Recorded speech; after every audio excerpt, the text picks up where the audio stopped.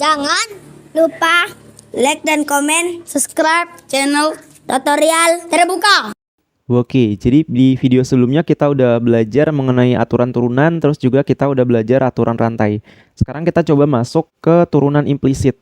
Nah, turunan implisit ini biasanya dipakai pada persamaan ya. Jadi pada persamaan. Kalau turunan biasa tadi kita pakainya di fungsi ya. Jadi bedakan antara fungsi sama persamaan. Nah, sebelum kita masuk ke turunan implisit ini, saya pengen coba jelasin terkait dengan turunan.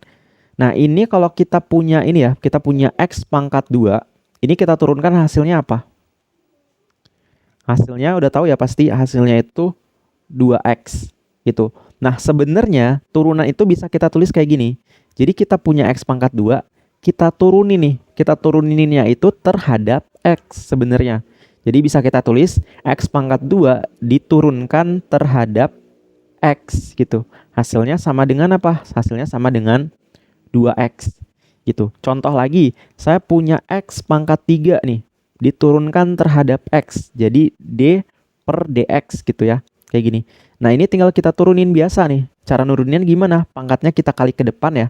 Jadinya 3, terus pangkatnya kita kurang sama 1, jadi pangkat 2 gitu, kayak gini.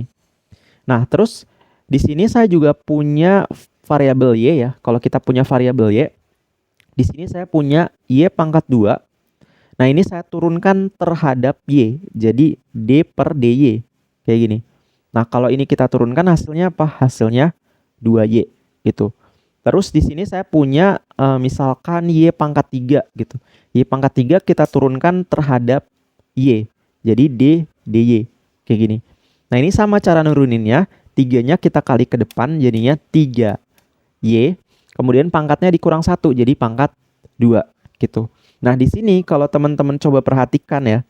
Di sini tuh kan kalau yang ini itu X pangkat 2 diturunkan terhadap X. Jadi X-nya ini sama nih kayak gini.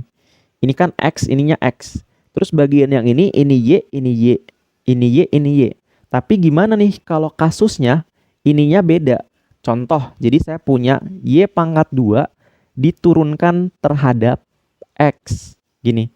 Nah, kalau teman-teman lihat ya, di sini itu Y, tapi di sini X. Ini kan beda ya. Terus gimana nih cara ngerjainnya? Cara ngerjainnya ini gampang sebenarnya. Jadi tinggal kita tulis ulang yang ini. Kita tulis ulang DY pangkat 2 dibagi DX. Ini kita tulis ulang. Terus kita kali, karena ini itu DY pangkat 2, karena ini itu Y yang mau kita turunin, maka kita tulis di sini DY per DY. Gitu. Jadi tinggal kita tulis DY per DY di sininya. Nah, terus di sini yang ini itu kita ambil nih. Jadi kita deketin nih yang bagian ini. Yang ada DY-nya kita deketin. Jadinya ini kalau saya tuliskan menjadi DY pangkat 2 per DY. Dikali sisanya. Sisanya itu DY per DX. Nah, yang ini kan udah sama ya. Yang ini sama yang ini udah sama.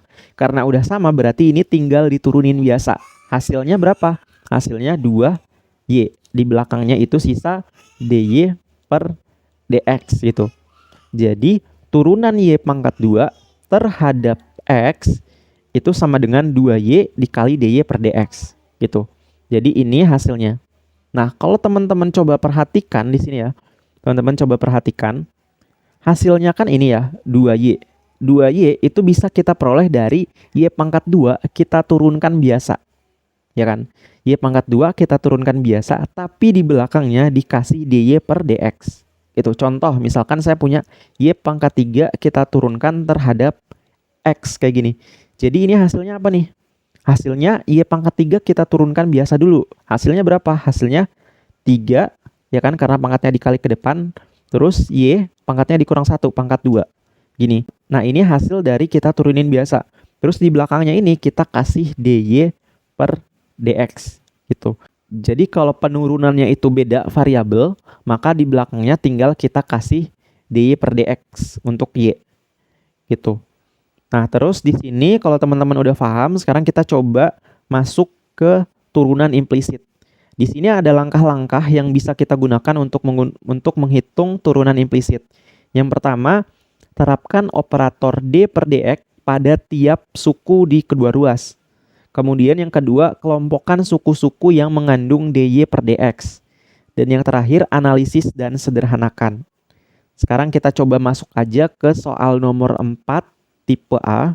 Di sini soalnya tentukan dy dx dari persamaan 22x min 2023 pangkat 10 sama dengan 22y ditambah dengan akar 2024.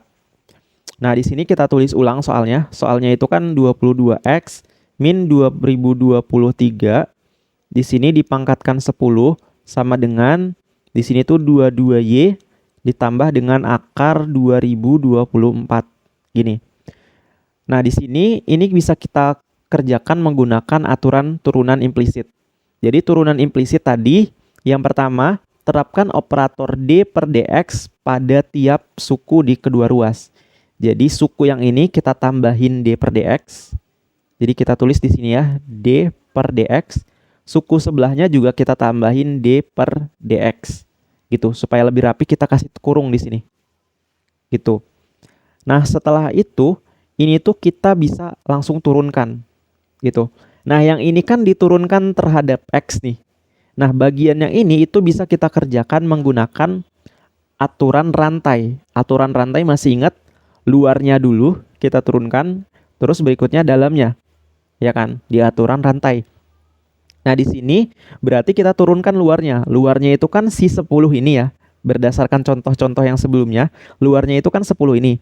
Jadi 10 kita kali ke depan ke sini. Jadinya di sini itu 10. Kemudian di dalam kurungnya ini kita tulis ulang nih, 22x min 2023. Pangkatnya dikurang 1, jadi pangkat 9. Gitu. Nah, ini hasil dari turunan luarnya. Berikutnya kita coba turunin dalamnya. Dalamnya itu kan yang ini. Nah, berarti kita kali dengan turunan dalamnya. Turunan dalamnya itu kan 22x, kita turunkan terhadap x, hasilnya apa?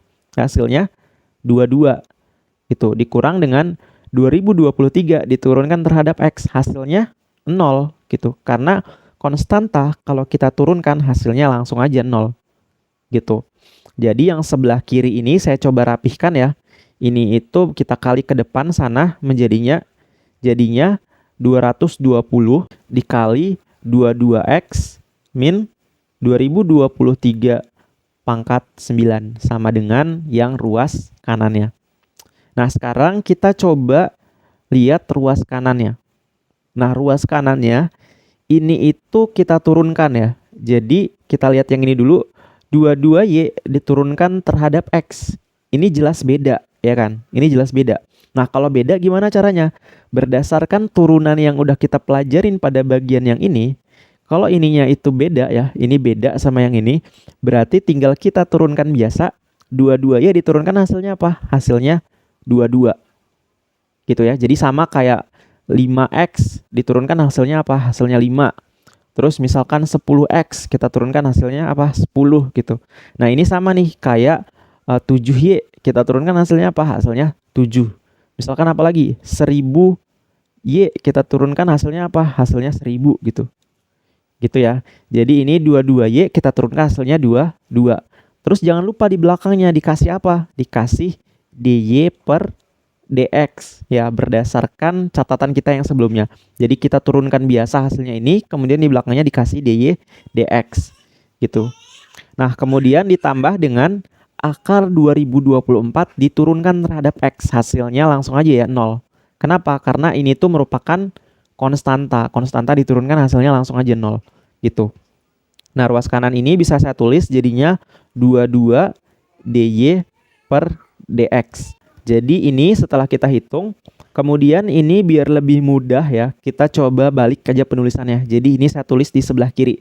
Jadi 22 dy dx. Yang ini saya tulis di sebelah kanan jadinya 220. Di sini itu 22x min 2023 pangkat 9. Gini. Nah, kemudian di sini karena tujuan kita itu kan yang ini ya, kita mencari dy dx. Berarti dua-duanya ini itu saya bisa pindahkan ke ruas kanan tapi sebagai pembagi ya. Jadi di sini 220 dikali 22x min 2023 pangkat 9 dibagi sama 22 gitu. Jadi ini bisa kita coret ya. Ini itu dy dx.